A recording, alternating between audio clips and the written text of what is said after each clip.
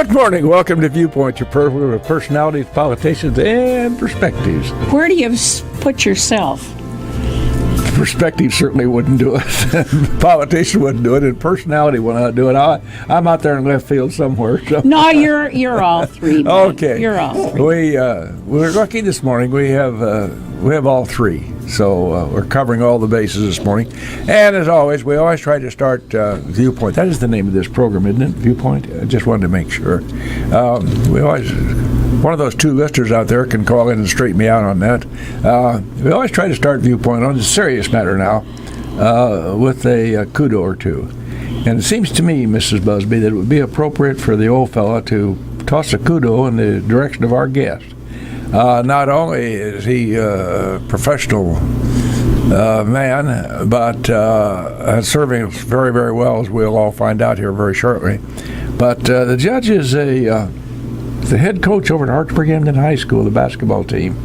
That takes a lot of dedication and a lot of time. So, and a pair of good shoes, too, John, right? Well, I salute you, sir, for that extra effort that you're putting in on behalf of the kids in your community. So let's get right down to serious business. You know, anytime kids get involved in athletics, boys or girls, any form of athletics, I think it expands their horizons so magnificently.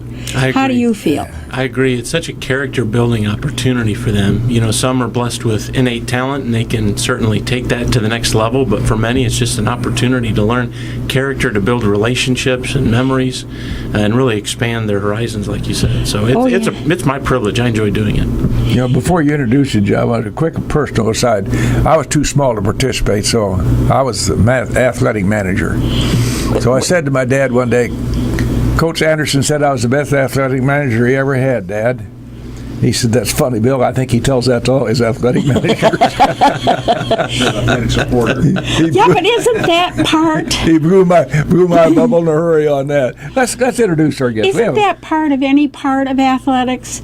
Is that it not only builds character in the young person, but it builds a little self-esteem too. It does. Oh, absolutely. Some over, we've got the Kaepernicks out there. A few of them are on because they overestimate themselves. But anyway, let's get serious and introduce our guest this morning, because we have something we want to talk about going on up there in the bench. And what you say is true.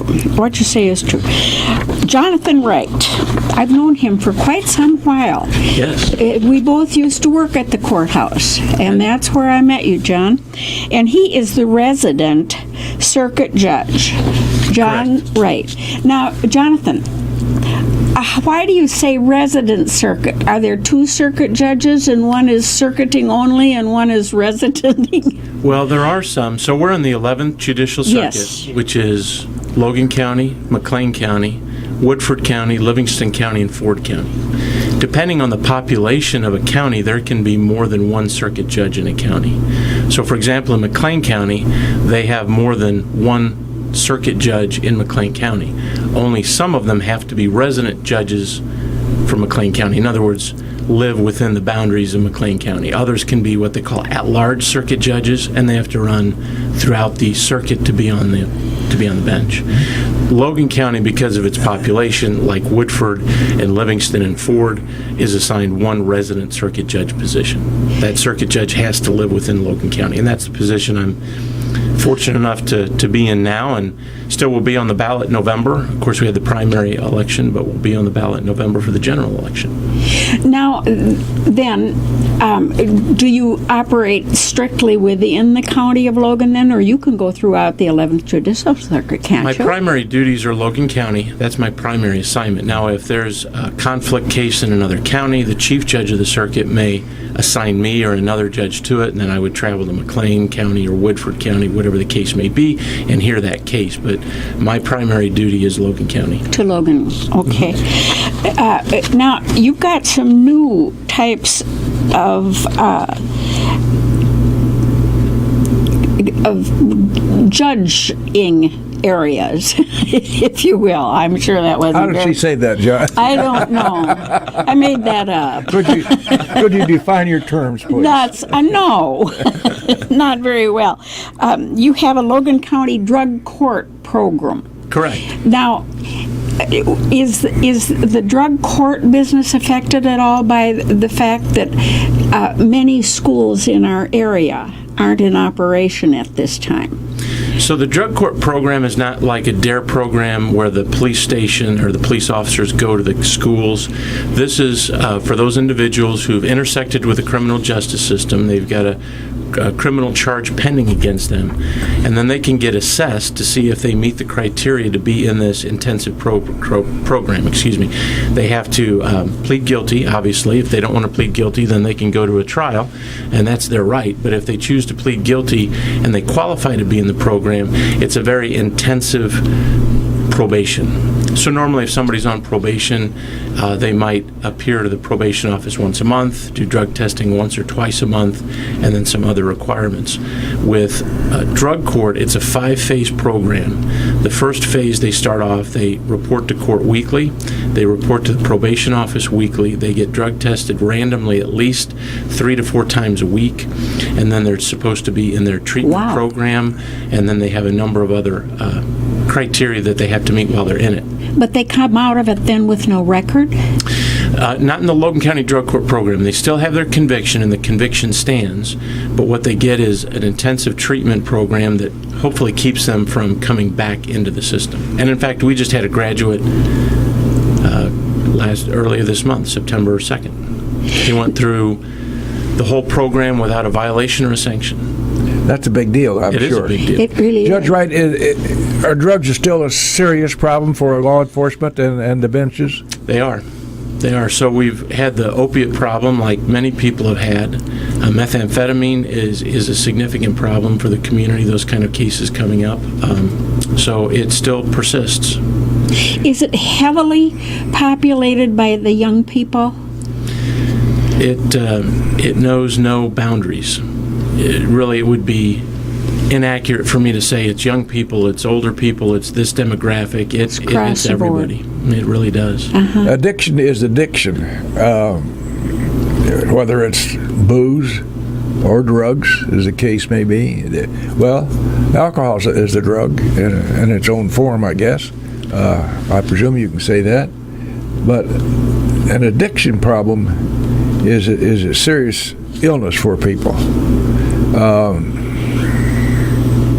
I just worry about a youngster that gets into that and then can't really ever get it out of their system, and that's what's part of your drug court.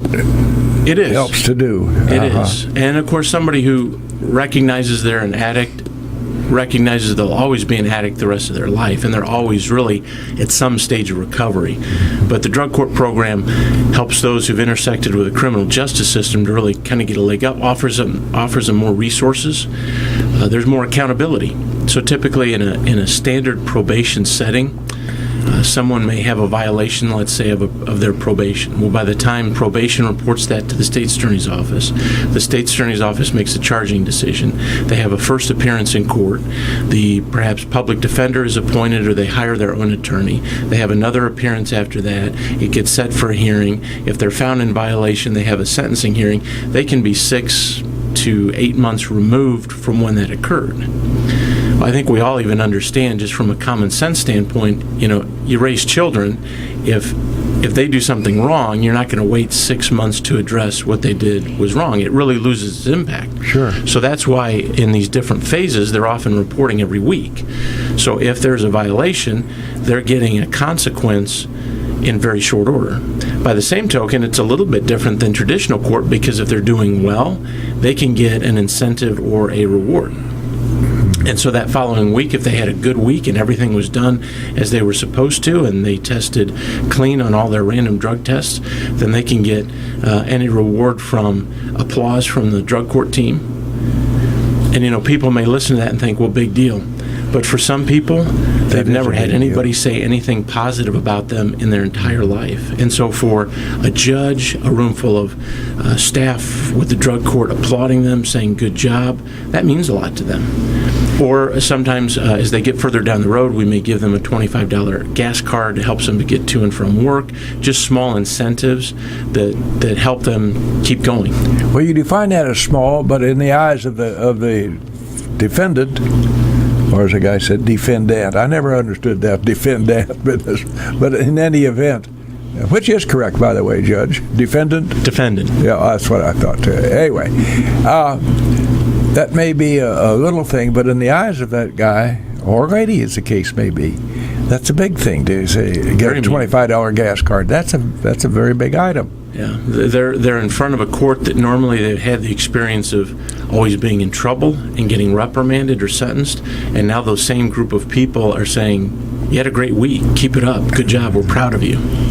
Now, did you have to get some extra help on board to help these kids to understand the whys and wherefores of the whole program?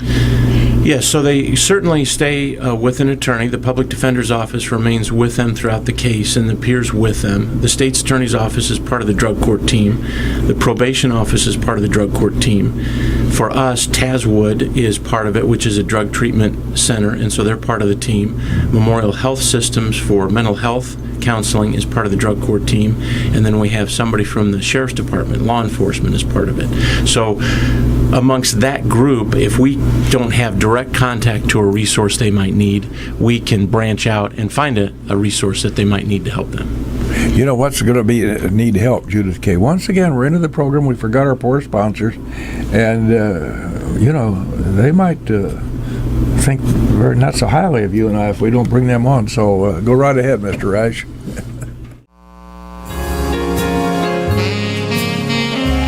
Welcome back to the studios here, WLCN. Viewpoint is your program each Wednesday morning, 8:15 to 0900 hours. Mrs. Busby now is a co-owner of this show, so she's going to exert her power, and she wants to ask Jonathan Wright, who's been very gracious once again to come up here and visit with us, tell us a little bit about what's going on in the courthouse and in the matter of law. So go right ahead, Mrs. Busby. He's a nice man. She's always kind. I was always nice to John, wasn't I? Tell Absolutely. him that. Yeah, very, very kind. Okay. Now, the Logan County Drug Court kind of is a bit self-explanatory, but Veterans Court, would you kind of take that from its get-go here? Certainly. So Veterans Court has a little bit different scope and run by Judge Feeney out of Woodford County. Okay. When it started... He's been on the bench a long time. He has been. And for a while, he was assigned down to Logan County for a period of time. Now, he's the resident circuit judge in Woodford County. In Woodford County. But we weren't sure what kind of numbers we might have for the Veterans Court in each particular county, so it's run circuit-wide. Okay. So it's run out of Bloomington every week. The criteria is a little bit different. Obviously, they have to be a veteran, and they have to have intersection with the criminal justice system. They've picked up a criminal charge of some kind, and it's not limited to perhaps a drug problem. It could be a mental health issue. PTSD might be a common attribute that sometimes you see from veterans coming back from conflict. And if they meet that criteria, they can take part in the Veterans Program, which has a Veterans Court team, much like we do for drug court, has drug and alcohol counseling available, mental health counseling available. It also has the VA representative there. So somebody from the VA can tie them into their benefits. Perhaps they had difficulty going through some of the bureaucracy of the VA. They help them with the resources that are available to them that they can get oftentimes for free. And unlike drug court, where if they're convicted and plead guilty, it stays, in Veterans Court, they can plead guilty, but if they successfully complete the program, there is no conviction. Well, that's good. You know, I had a brother who served in Vietnam, and that was, somebody famous said war is hell, and that's no fooling. Mm-hmm. But Vietnam was especially horrendous somehow. I'm sure that you have any number of people that you see that were over there and still have residual effects from that. There certainly are, from all of the different military conflicts from the Vietnam War on. We see that, and if they're identified early enough and they've had a situation where they have a criminal charge, we can get them into that Veterans Court. Mm-hmm. And we've had several successful graduates from Logan County, and Judge Feeney's done a tremendous job. He's a veteran himself, so he can identify with some of their background and experiences, and he's done a great job with it. You know, it used to be, I think this comes from the first war, the shell shock was the term they used for soldiers who experienced unusual situations in conflict. And then, of course, science got to fine-tune the thing, and it became post-traumatic stress disorder, PTSD. That's a real serious problem for a man or lady who has that. Not so often the ladies, because they're not up there where that kind of action is, but nonetheless, that can happen. How does a court recognize PTSD, or does the court recognize it and call in some help, medical experts? Well, the court only recognizes it in the sense that somebody else has diagnosed it. The court recognizes we're not the mental health expert, we're not the drug counseling experts, so we rely on those people within the team to make those diagnoses. And once they make them and they're deemed suitable, then we can have a path to treat. And I say we, the court relies on the experts on how to treat it best and proceed with it. And that team, under the auspices of the judge, really sets out a game plan, if you will, for that particular individual, because it's different for each person. Well, sure. But they get to court by virtue of the fact that they've had a little dust up with the law. Correct. However, that's kind of understandable if you're suffering from all these emotional issues. And I think that's the genesis of something like a veterans court, is that it's a recognition that the issue... Something's awry here. Yeah, there's a deeper cause than that, and out of respect for their service to the country, which perhaps created that cause, we want to offer a benefit to them, and maybe not a benefit, but an opportunity to clean their record and get the help they need and get back to a Now, if the legalities of sitting on the bench aren't enough, we now have a situation called COVID, a pandemic. That's obviously had to reach down into the court system as well as every other place that it's reached down into with its tentacles. Can you comment about that a minute, Judge?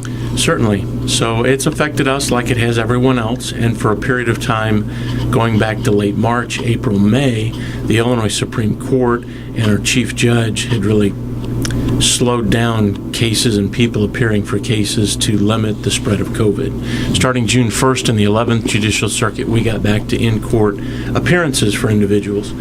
But it is different now because we want to reduce foot traffic in the courthouse. And by that I mean a lot of people showing up at the same time. So some docket calls for a judge might have been high volume, say traffic court. There might have been on a Monday morning 40 or 50 people show up all at once for traffic court. So now what we've tried to do is reschedule those to where we're only having a certain number show up every half an hour or an hour, so we're not having a lot of people in a small space, either in the courtroom or out in the rotunda. So we've really kind of reconfigured how we're scheduling cases. We have created an overflow room because working with the sheriff and the health department, we don't want a lot of people milling around in close quarters in the rotunda. So if there's not enough space in the courtroom, we've created an overflow room, which used to be where the county board office was, in the corner of the courthouse, and that's an overflow room. And now there's video set up where those in the overflow room can see what's going on in the courtroom they're supposed to be in. They can hear what's going on, so it gives them some public access to it without having too many people in the courtroom, given COVID distancing. Because in each courtroom we've spaced out the chairs 6 feet apart. So even though some courtrooms are fairly good size, you start spreading out 6 feet apart, there's not a lot of seating space. And I trust masks are in order at all times. Masks are in order, they're required. So the sheriff has set up and purchased a machine where you can walk up to it, put your wrist next to it, and it will take your temperature. It was an individual, the deputy, coming up and kind of holding one of those thermometers to your forehead, but of course you have to get within 6 feet to do that. So this allows them to just put their wrist next to it, it'll take their temperature, and then they have to wear a mask at all times when they enter the courthouse. Boy, nothing's ever easy, is it? 648-5510 is our phone number this morning. Our guest this morning, and again we express our appreciation publicly for him taking the time to divulge his... What happened to you? Well, I was just waiting to see what you were going to say. No, his depth of information, I just blanked out there for a second. Oh, did you? I do that. Just seeing if you're on your toes. Jonathan Wright has agreed to be with us this morning. Jonathan's been very good about coming up with Judy and I on Viewpoint, and it's always an enjoyable experience to have it. So you might have some questions. You have to be nice because you might appear for him someday before the bench, so be real nice to him. Yeah. Although, if you weren't, he'd wipe that slate clean in a hurry. So go right ahead, 648-5510. Technical world, COVID has created, you have to have, we've gone now to virtual appearances in the courtrooms. In a way, they're still in the court building, but they're in another room, and their trial is being held, let's say, in the circuit bench.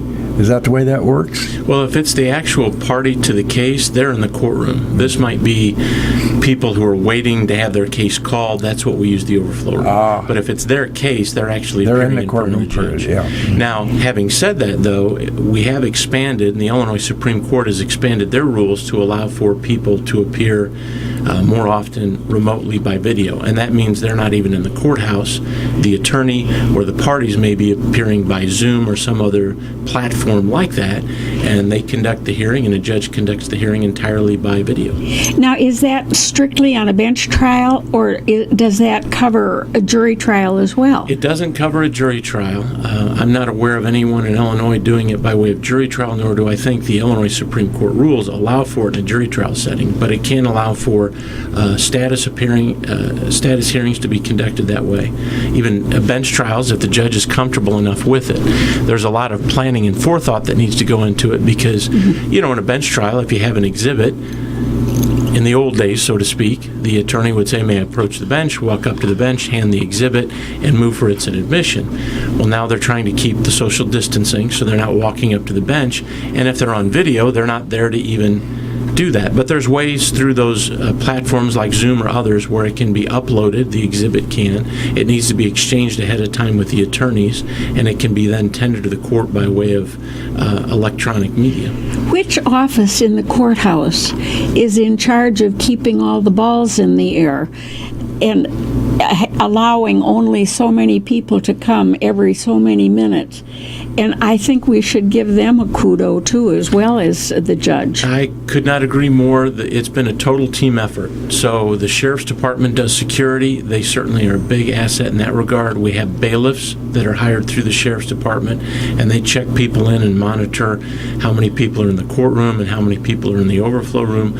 The Circuit Clerk's office, Mary Kelly, they work closely with the judges to make sure the scheduling is being done, because oftentimes we rely on that deputy circuit clerk sitting in the courtroom to schedule the next court date, and they make sure that there's enough time allotted so we're not going to stack people up all at the same time. By the way, I make a kudo in the direction of the gentleman who staffed the admittance gate there, for want of a better term, admittance gate. You go through security there. Mm-hmm. The only thing, one of them broke my heart. He asked me if I needed any help going up the steps. He's being very, very kind to the old man. but he broke my heart. He asked me if I needed any help going up the steps. Or I huffed away and says, no, please, Mother, I'll do it myself. But seriously, that is, unfortunately, in our public buildings, that has become a necessary item. Particularly in buildings such as courthouses. Shame we can't use all four doors, but that's just the way it is. It's a fact of life, and we have to live with it. And how those positions are staffed is important to the public as they go through there. And my experience has been nothing but, they're very polite, very professional, and you're right through there in a hurry.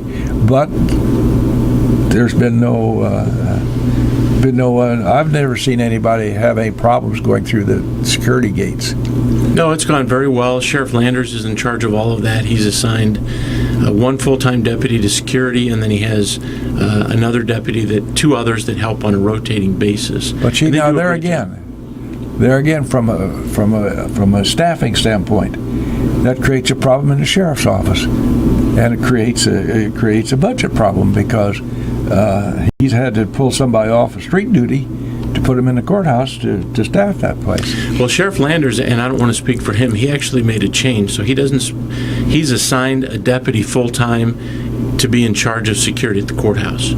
So he's compensated for that. He's not pulling somebody off patrol on a regular basis. And the other two were not patrol officers. One is a retired Lincoln police officer, and he works then as a deputy there with security. So he's been able to avoid pulling deputies off the road and reducing that patrolling. So to his credit, he's done a good job in that regard. Well, he's worked around it to make it work for his office. Yeah. Everybody is a subject of COVID in the whole world. It's really changed our lives so dramatically. I don't think there's any part of our lives that it doesn't affect. How about sentencing? Again, getting back to COVID, you've got, I don't know how many people living out at the edge of town between the two prisons, but it's a pretty good-sized town in and of itself. Now, do they discourage much sentencing above what's absolutely necessary?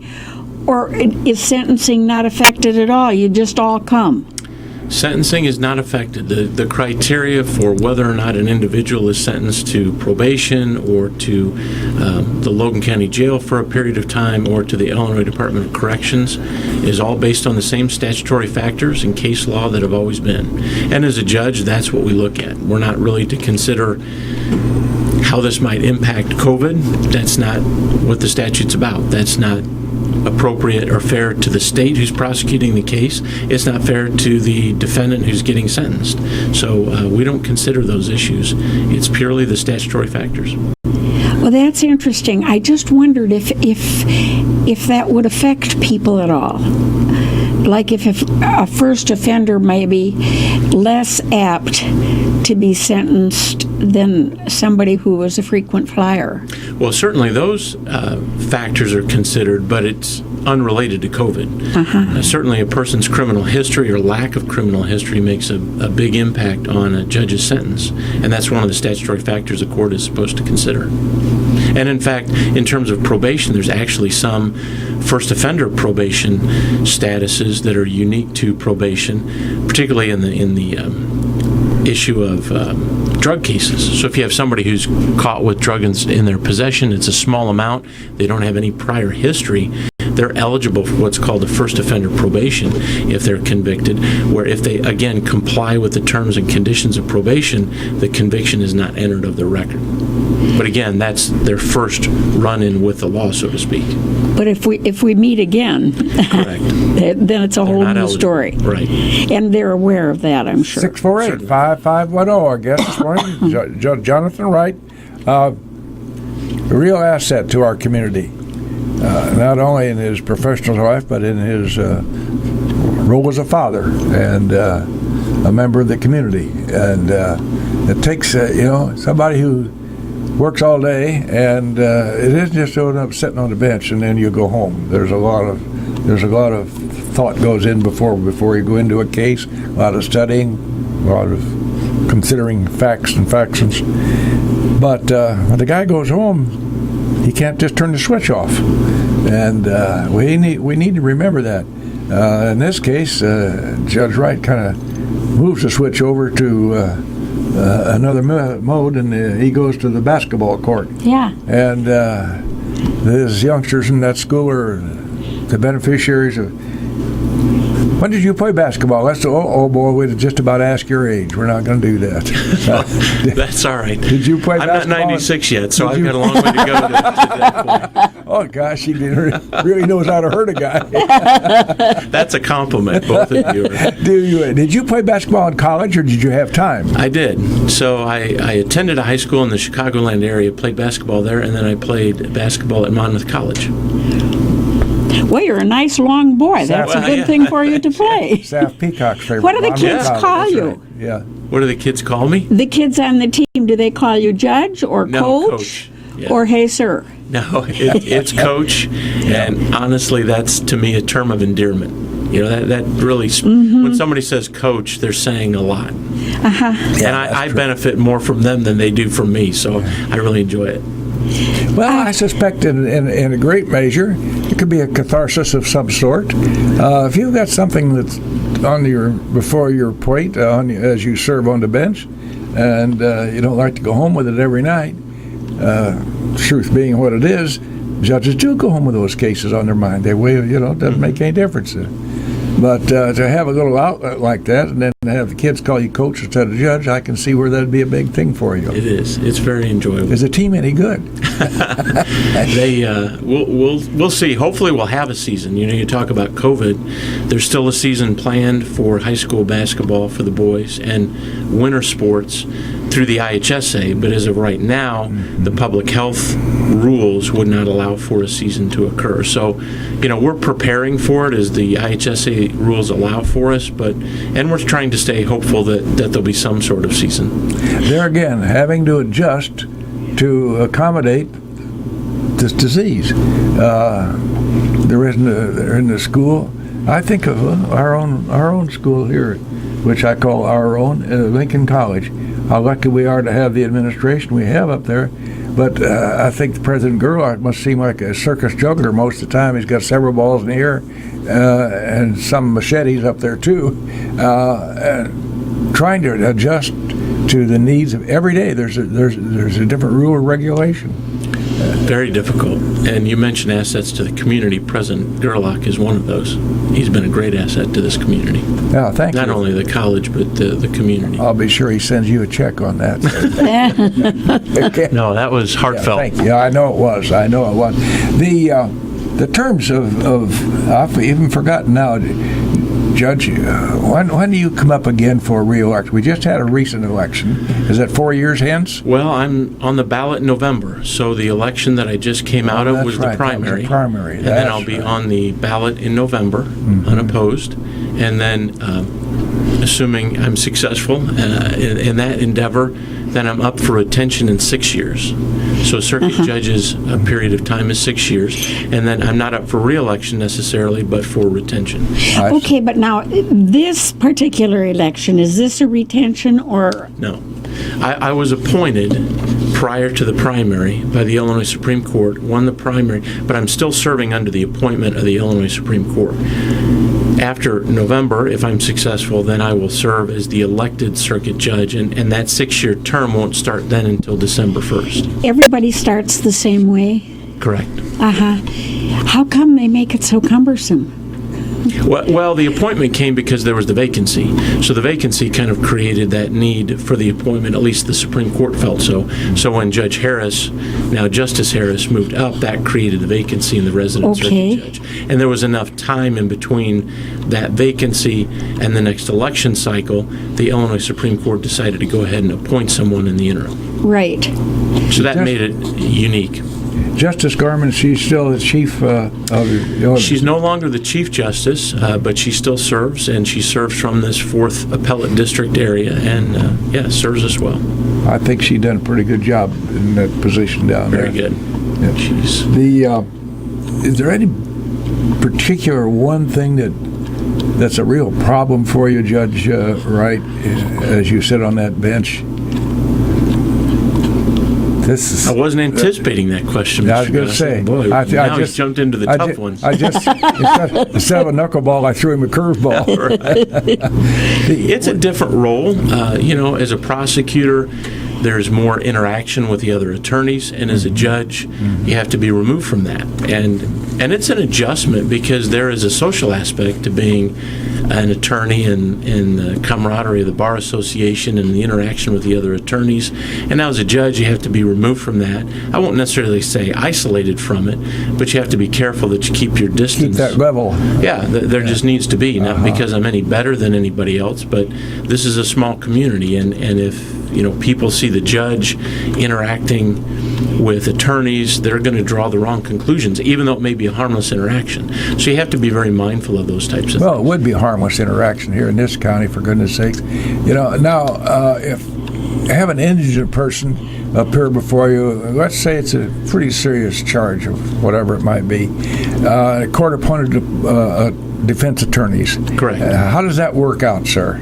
So we have the Logan County Public Defender's Office, and that is staffed. Our public defender is Patrick Timoney. He's an attorney out of Springfield, and then there are 2 assistants who handle felony, Jeff Page and Jay Elmore, and then William and Sarah Vigg, who are husband and wife attorneys, handle the misdemeanor public defender duties. And so if someone's unable to afford an attorney in a criminal case, the public defender's office is appointed. Mm-hmm. My guess is you've probably got some pretty sharp individuals that fill that position and could be a formidable help for the defendant for whatever the charge may be. All 3 of those who handle the felony call have a lot of experience, not only in state court criminal cases, but they've handled federal court cases. Before the death penalty was abolished, I believe 2 of them were death penalty certified as lawyers, which means you had to have so many felony jury trials, so many murder jury trials, so they have a depth of experience that serves their clients well. Is there any way that they get any pay for this? Is there some fund somewhere?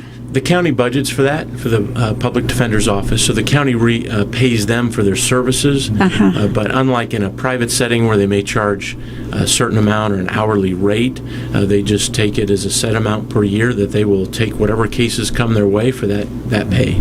Whatever the figure is, that Whatever it is. they get 4 cases or 40 cases, as the Correct. case may be. And it doesn't matter what the magnitude of the case is. Correct.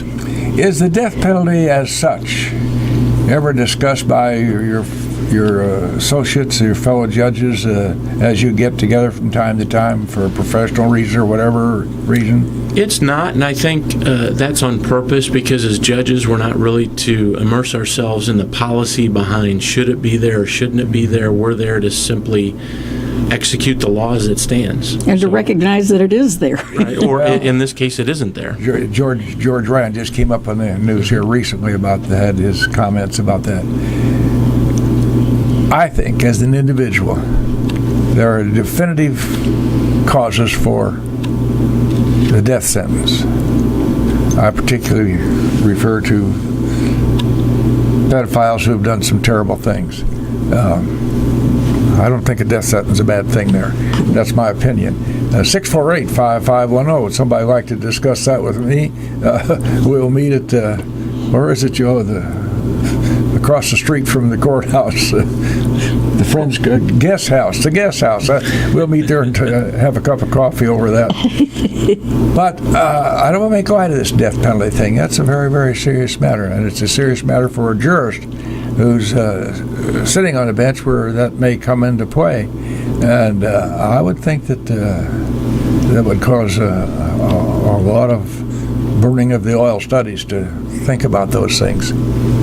Well, every sentencing is serious, and that's what I've learned as a judge, to be mindful of the fact that every case in front of me is the most important case to those people. That's right. And that's meaningful. And we can't gauge it by what the public may view the severity of the offense or the amount of money being sought in a civil case. To everyone who comes in that courtroom, when it's their case, that's the most important case in the world.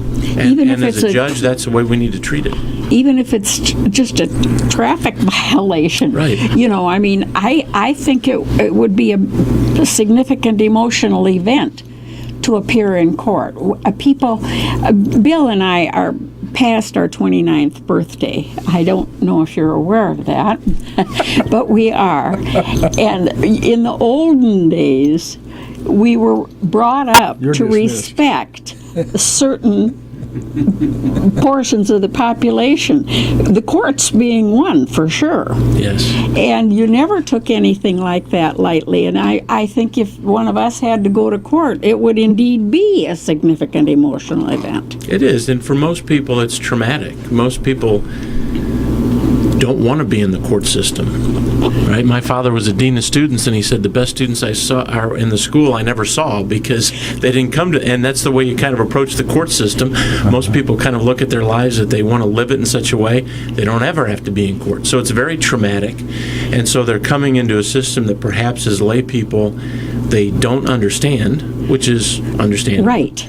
Traumatic and nervous. And so as a judge, that's part of what I think our role is to do, is not only dispense justice, but in doing so, explain the process. Well, now there you hit the magic words, explain the process, so that people do understand what they did and why they're there. Yeah, the studies show if people understand what happened and why it happened, they're more apt to comply with the judge's ruling, even if they don't agree with it, if they were treated with respect and they were explained, here's what's going on, here's what the judge is supposed to do, or the criteria, and then they can live with the decision, however much they may disagree with it, if they were treated with respect and they understand it. And that, listeners, is the reason you have an excellent judge sitting on our bench at the Logan County Courthouse. Our guest this morning, Jonathan Wright. We sure, again, I say this almost ad nausea, but I mean it. Judy and I really appreciate, and he has more things to do than to come up here and gas with a couple old gaffers. Well, one old gaffer and a very nice lady. But in any event, thank you, Judge Jonathan Wright, and we'll close with the usual go. Be the reason somebody smiles today. Thank you very much. Thank you. Thank you.